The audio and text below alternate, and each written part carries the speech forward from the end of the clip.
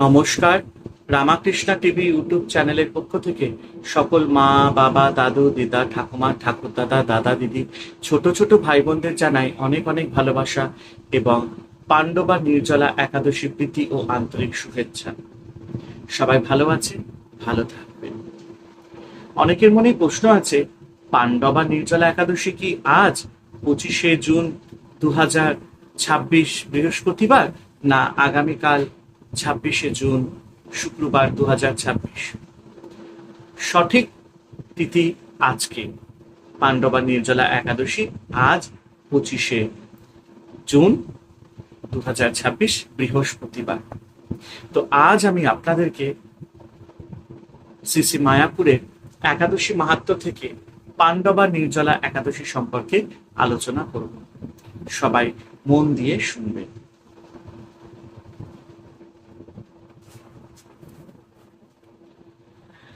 জ্যৈষ্ঠ শুক্লপক্ষের এই নির্জলা একাদশী ব্রত সম্পর্কে ব্রহ্মবৈবর্ত পুরাণে শ্রী ভীমসেন ব্যাস সংবাদে বর্ণিত হয়েছে। মহারাজ যুধিষ্ঠির বললেন, হে জনার্দন, আমি অপরা একাদশীর সমস্ত মাহাত্ম্য শ্রবণ করলাম। এখন জ্যৈষ্ঠ শুক্লপক্ষের একাদশীর নাম ও মাহাত্ম্য কৃপাপূর্বক আমার কাছে বর্ণনা করুন। শ্রীকৃষ্ণ বললেন, এই একাদশীর মহা কথা মহর্ষি ব্যাসদেব বর্ণনা করবেন, কেননা তিনি সর্বশাস্ত্রের অর্থ ও তত্ত্ব পূর্ণরূপে জানেন। রাজা যুধিষ্ঠির ব্যাসদেবকে বললেন, হে মহর্ষি দ্বৈপায়ন, আমি মানুষের লৌকিক ধর্ম এবং জ্ঞানকাণ্ডের বিষয় অনেক শ্রবণ করেছি। আপনি যথাযথভাবে ভক্তি বিষয় নিয়ে কিছু ধর্মকথা এখন আমায় বর্ণনা করুন। শ্রী ব্যাসদেব বললেন, হে মহারাজ, তুমি যেসব ধর্মকথা শুনেছ, এই কলিযুগের মানুষের পক্ষে সে সমস্ত পালন করা অত্যন্ত কঠিন। যা সুখে সামান্য খরচে অল্প কষ্টে সম্পাদন করা যায়, অথচ মহাফল প্রদান করে, এবং সমস্ত শাস্ত্রের সারস্বরূপ সেই ধর্মই কলিযুগে মানুষের পক্ষে করা শ্রেয়। সেই ধর্মকথাই এখন আপনার কাছে বলছি। উভয় পক্ষের একাদশী দিনে ভোজন না করে উপবাস ব্রত করবে। দ্বাদশী দিনে স্নান করে শুচিশুদ্ধ হয়ে নিত্যকৃত্যা সমাপনের পর শ্রীকৃষ্ণের অর্চন করবে। এরপর ব্রাহ্মণদেরকে প্রসাদ ভোজন করাবে। অশৌচ দিতে এই ব্রত কখনো ত্যাগ করবে না। যে সকল ব্যক্তি স্বর্গে যেতে চায়, তাদের সারা জীবন এই ব্রত পালন করা উচিত। পাপকর্মে রত ও ধর্মহীন ব্যক্তিরাও যদি এই একাদশী দিনে ভোজন না করে, তবে তারা যম যাতনা থেকে রক্ষা পায়। শ্রী ব্যাসদেবের এসব কথা শুনে গদাধর ভীমসেন অশ্বত্থ পাতার মতো কাঁপতে কাঁপতে বলতে লাগলেন, হে মহাবুদ্ধি পিতামহ, মাতা কুন্তী, দ্রৌপদী, ভ্রাতা যুধিষ্ঠির, অর্জুন, নকুল ও সহদেব এরা কেউই একাদশীর দিনে ভোজন করে না। আমাকেও অন্ন গ্রহণ করতে নিষেধ করে, কিন্তু দুঃসহ ক্ষুধা যন্ত্রণার জন্য আমি উপবাস করতে পারি না। ভীমসেনের এরকম কথায় ব্যাসদেব বলতে লাগলেন, যদি স্বর্গাদি দিব্যধাম লাভে তোমার একান্ত ইচ্ছা থাকে, তবে উভয় পক্ষের একাদশীতে ভোজন করবে না। তদুত্তরে ভীমসেন বললেন, আমার নিবেদন এই যে, উপবাস তো দূরের কথা, দিনে একবার ভোজন করে থাকাও আমার পক্ষে অসম্ভব, কারণ আমার উদরে বৃক নামে অগ্নি রয়েছে। ভোজন না করলে কিছুতেই সেই শান্ত হয় না। তাই প্রতিটি একাদশী পালনে আমি একেবারেই অপারগ। হে মহর্ষি, বছরে একটি মাত্র একাদশী পালন করে যাতে আমি দিব্যধাম লাভ করতে পারি, এরকম কোন একাদশীর কথা আমাকে নিশ্চয় করে বলুন। তখন ব্যাসদেব বললেন, জ্যৈষ্ঠ মাসের শুক্লপক্ষের একাদশী তিথিতে জলপান পর্যন্ত না করে সম্পূর্ণ উপবাস থাকবে, তবে আচমনে দোষ হবে না। ওই দিন অন্নাদি গ্রহণ করলে ব্রত ভঙ্গ হয়। একাদশীর দিন সূর্য উদয় থেকে দ্বাদশীর দিন সূর্যাস্ত পর্যন্ত জলপান বর্জন করলে অনায়াসে 12টি একাদশীর ফল লাভ হয়। বছরের অন্যান্য একাদশী পালনে অজান্তে যদি কখনো ব্রতভঙ্গ হয়ে যায়, তাহলে এই একটি মাত্র একাদশী পালনে সেই সব দোষ দূর হয়। দ্বাদশী দিনে ব্রাহ্ম মুহূর্তে স্নানাদি কার্য সমাপ্ত করে শ্রী হরির পূজা করবে। সদাচারী ব্রাহ্মণদের বস্ত্রাদি দান সহ ভোজন করিয়ে আত্মীয় স্বজন সঙ্গে নিজে ভোজন করবে। এই রূপ একাদশী ব্রত পালনে যে প্রকার পুণ্য সঞ্চিত হয়, এখন তা শ্রবণ করো। মানে এবার কথাটি বলবেন। সারা বছরের সমস্ত একাদশীর ফলেই এই একটি মাত্র ব্রত উপবাসে লাভ করা যায়।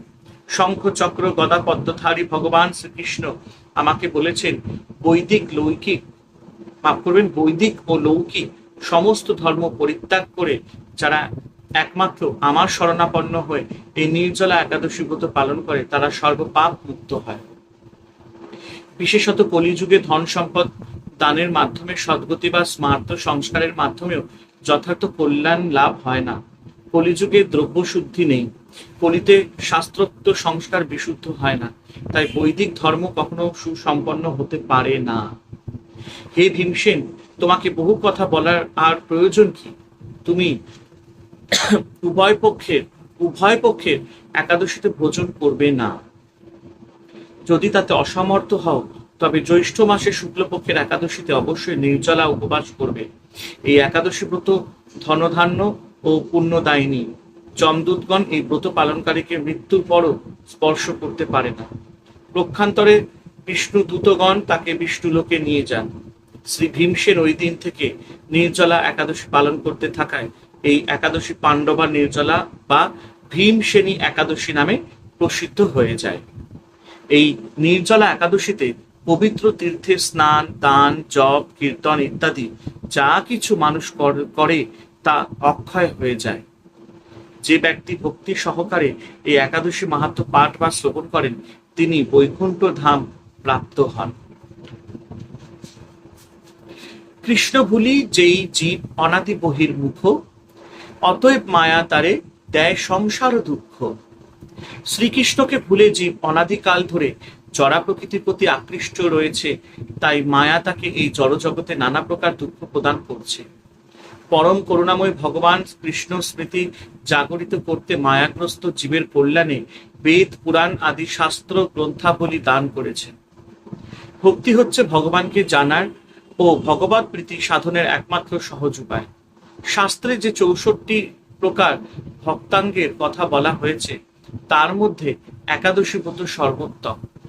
শ্রবণ, কীর্তন, স্মরণ আদি নবধা ভক্তির পরই দশম ভক্তাঙ্গ রূপে একাদশীর স্থান। এই তিথিকে হরিবাসর বলা হয়। তাই ভক্তি লাভেচ্ছু সকলেরই একাদশী ব্রত পালনের পরম উপযোগিতার কথা বিভিন্ন পুরাণে বর্ণিত হয়েছে। একাদশী তিথি সকলের অভীষ্ট প্রদানকারী। এই ব্রত পালনে সমস্ত প্রকার পাপ বিনষ্ট, সর্বসৌভাগ্য ও শ্রীকৃষ্ণের প্রীতিবিধান হয়। নারী পুরুষ নির্বিশেষে 8 থেকে 80 বছর বয়স পর্যন্ত যে কোনো ব্যক্তিরই ভক্তি সহকারে পবিত্র একাদশী ব্রত পালন করা কর্তব্য। সংকটজনক অবস্থা বা জন্ম মৃত্যুর অসৌচে কখনো একাদশী পরিত্যাগ করতে নেই। একাদশীতে শ্রাদ্ধ উপস্থিত হলে সেই দিন না করে দ্বাদশীতে শ্রাদ্ধ করা উচিত। শুধু বৈষ্ণবেরাই নয়, শিবের উপাসক, সূর্য, চন্দ্র, ইন্দ্রাদি যে কোনো দেব উপাসক সকলের কর্তব্য একাদশী ব্রত পালন করা। দুর্লভ মানব জীবন লাভ করেও এই ব্রত অনুষ্ঠান না করলে বহু দুঃখে কষ্টে 84 লক্ষ জনে ভ্রমণ করতে হয়। অহংকার বশত একাদশী ব্রত ত্যাগ করলে অশেষ যন্ত্রণা ভোগ করতে হয়। যে ব্যক্তি এই ব্রতকে তুচ্ছ জ্ঞান করে, জীবিত হয়েও সে মৃতের সমান। কেউ যদি বলে একাদশী পালনের দরকারটাই বা কি, সে নিশ্চয়ই কুম্ভীপাক নরকের যাত্রী। যারা একাদশী পালনের নিষেধাজ্ঞা জারি করে, শনির কোপে তারা বিনষ্ট হয়। একাদশীকে উপেক্ষা করে তীর্থ স্নান আদি অন্য ব্রত পালনকারীর অবস্থা গাছের গোড়া কেটে পাতায় জল দানের মতোই। একাদশী বাদ দিয়ে যারা দেহ ধর্মে অধিক আগ্রহ দেখায়, ধর্মের নামে পাপ ও রাশিতে তাদের উদর পূর্ণ হয়। কলহ বিবাদের কারণেও একাদশী দিনে উপবাস করলে অজ্ঞাত সুকৃতি সঞ্চিত হয়। পুণ্য প্রদায়নী সর্বশ্রেষ্ঠ এই ব্রত শ্রীহরির অতি প্রিয়। একাদশী ব্রত পালনে যে ফল লাভ হয়, অশ্বমেধ, রাজস্ব ও বাজপেয়ী যজ্ঞ দ্বারাও তা হয় না। দেবরাজ ইন্দ্র যথাবিধি একাদশী পালনকারীকে সম্মান করেন। একাদশী ব্রতে ভাগবত শ্রবণে পৃথিবী দানের ফল লাভ হয়। অনাহারে থেকে হরিনাম হরিকথা রাত্রি জাগরণে একাদশী পালন করা কর্তব্য। কেউ যদি একাদশী ব্রতে শুধু উপবাস করে তাতে বহু ফল পাওয়া যায়। শুদ্ধ ভক্তেরা এই দিনে একাদশ ইন্দ্রকে শ্রীকৃষ্ণের সমর্পণ করেন। একাদশীতে শস্য মধ্যে সমস্ত পাপ অবস্থান করে, তাই চাল, ডাল, আটা, ময়দা, সুজি, সরিষা আদি জাতীয় খাদ্যদ্রব্য একাদশী দিনে বর্জন করা উচিত। নির্জলা উপবাসে অসমর্থ ব্যক্তি যদি জল, দুধ, ফল মূল, এমনকি আলু, পেঁপে, কলা, ঘিয়ে বা বাদাম তেল অথবা সূর্যমুখী তেলে রান্না অনুকল্প প্রসাদ রূপে গ্রহণ করে বা করতে পারেন, তার মানে একাদশীর দিনকে আমরা ঘিয়ে বা বাদাম তেলে রান্না করব বা সূর্যমুখী তেলে রান্না করব। এই দিনকে আমরা জল, দুধ, ফল মূল, এমনকি আলু, পেঁপে, কলা এই সমস্ত আমরা গ্রহণ করতে পারব। রবি শস্য মানে ধান, গম, ভুট্টা, ডাল ও সরিষা ও সোয়াবিন তেল অবশ্যই বর্জনীয়। দশমী বৃদ্ধা একাদশীর দিন বাদ দিয়ে দ্বাদশী বৃদ্ধা একাদশী ব্রত পালন করতে হয়। একাদশীতে সূর্যোদয়ের পূর্বে বা সূর্য উদয়কালে 1 ঘন্টা 36 মিনিটের মধ্যে যদি দশমী স্পর্শ হয়, তাকে দশমী বৃদ্ধা বলে জেনে পরদিন একাদশী ব্রত পালন করতে হয়। মহা দ্বাদশীর আগমন হলে একাদশীর উপবাস ব্রতটি মহা দ্বাদশীতে করতে হয়। একাদশী ব্রত করে পরের দিন উপযুক্ত সময় শস্য জাতীয় প্রসাদ গ্রহণ করে পালন করতে হয়। শাস্ত্রবিধি না মেনে নিজের মন গড়া একাদশী ব্রত করলে কোনো ফল লাভ হয় না। দৈববশত যদি কখনো একাদশী ভঙ্গ হয়ে যায়, তবে ক্ষমা ভিক্ষা করে পুনরায় ব্রত পালন করতে হয়। গঙ্গা স্নানে যেমন সবার অধিকার আছে, তেমনি একাদশী ব্রতের অধিকারীও সকলেই। শাস্ত্রে বিধবা, সধবা সকলের জন্যই একাদশী ব্রত পালনের নির্দেশ দেওয়া হয়েছে। যারা সধবার একাদশী পছন্দ করেন না, শাস্ত্রে তাদের বিষ্ণুদ্রোহী বলা হয়েছে। শ্রী চৈতন্য মহাপ্রভু তার লীলাবিলাসের প্রথম থেকে একাদশী ব্রত পালনের প্রথা প্রবর্তন করেছিলেন। শ্রীল ও জীব গোস্বামী তার ভক্তি সন্দর্ভে স্কন্দ পুরাণ থেকে উদ্ধৃতি দিয়ে বলেছেন, যে মানুষ একাদশীর দিন শস্যদানা গ্রহণ করে সে তার পিতা, মাতা, ভাই ও গুরু হত্যাকারী। সে যদি বৈকুণ্ঠ লোকেও উন্নীত হয়, তবুও তার পতন হয়।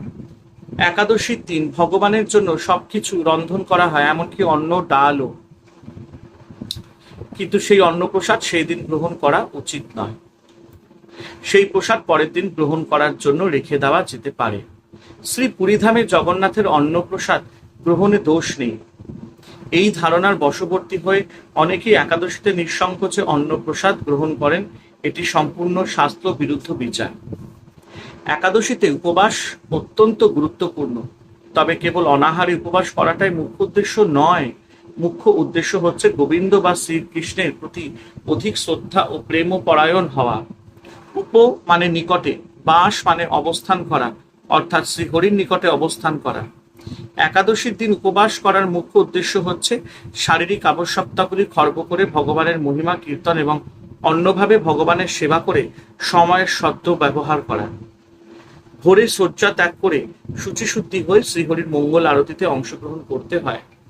শ্রীহরির পাদপদ্মে প্রার্থনা করতে হয়, হে শ্রীকৃষ্ণ, আজ যেন এই মঙ্গলময়ী পবিত্র একাদশী সুন্দরভাবে পালন করতে পারি।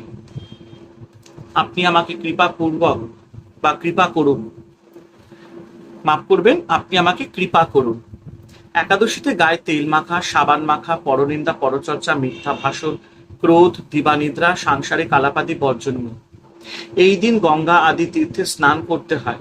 মন্দির মার্জন, শ্রীহরির পূজার্চনা, স্তবস্তুতি, গীতা, ভাগবত পাঠ, আলোচনায় বেশি করে সময় অতিবাহিত করতে হয়। এই তিথিতে গোবিন্দের লীলা স্মরণ এবং তার দিব্য নাম শ্রবণ করাই হচ্ছে সর্বোত্তম। শ্রীল প্রভুপাদ ভক্তদের একাদশীতে 25 মালা বা যথেষ্ট সময় পেলে আরো বেশি করে জপ করার নির্দেশ দিয়েছেন। একাদশীর দিন ক্ষৌর কর্মাদি নিষিদ্ধ।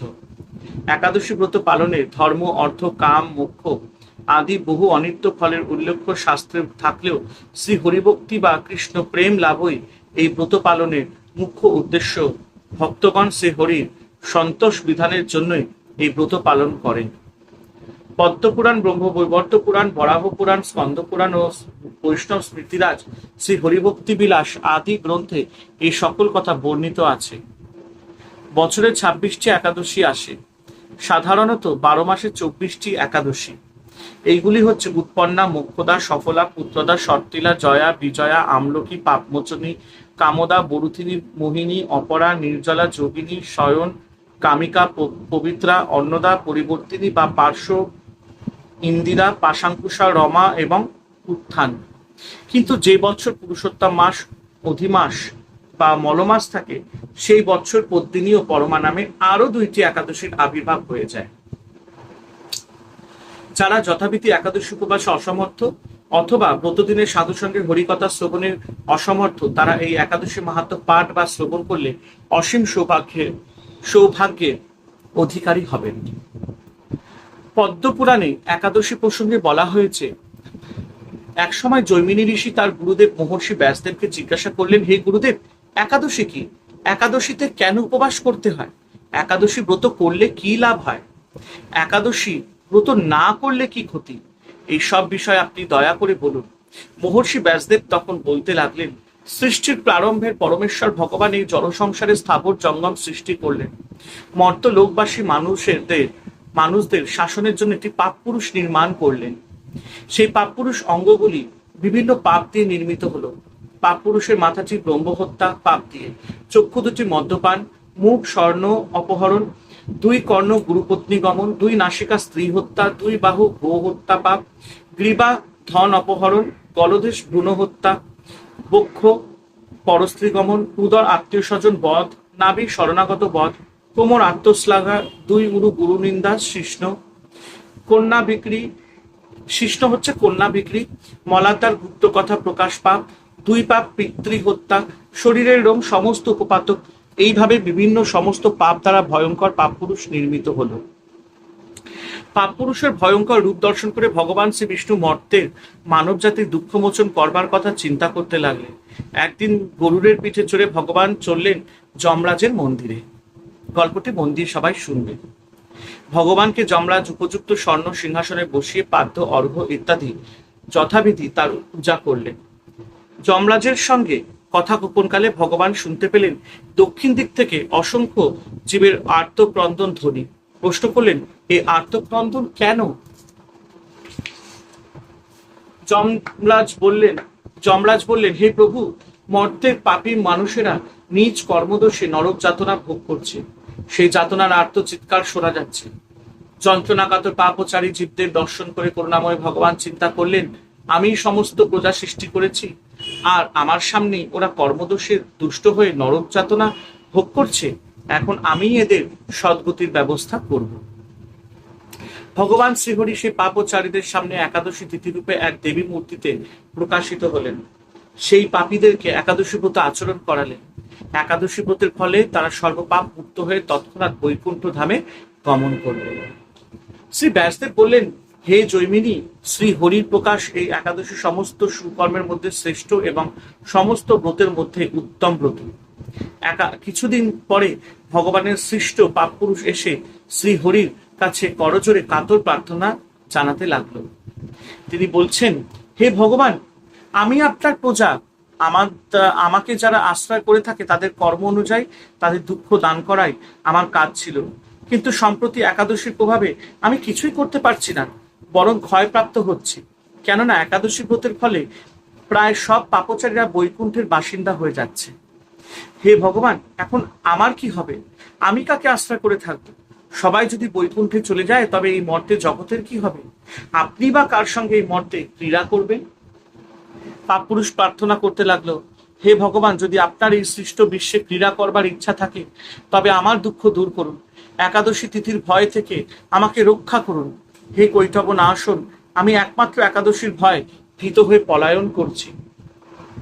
মানুষ, পশু পাখি, কীটপতঙ্গ, জল, স্থল, বন, প্রান্তর, পর্বত, সমুদ্র, বৃক্ষ, নদী, স্বর্গ, মর্ত, পাতাল সর্বত্রই আশ্রয় নেবার চেষ্টা করেছি, কিন্তু একাদশীর প্রভাবে কোথাও নির্ভয় স্থান পাচ্ছি না দেখে আজ আপনার শরণাপন্ন করেছি।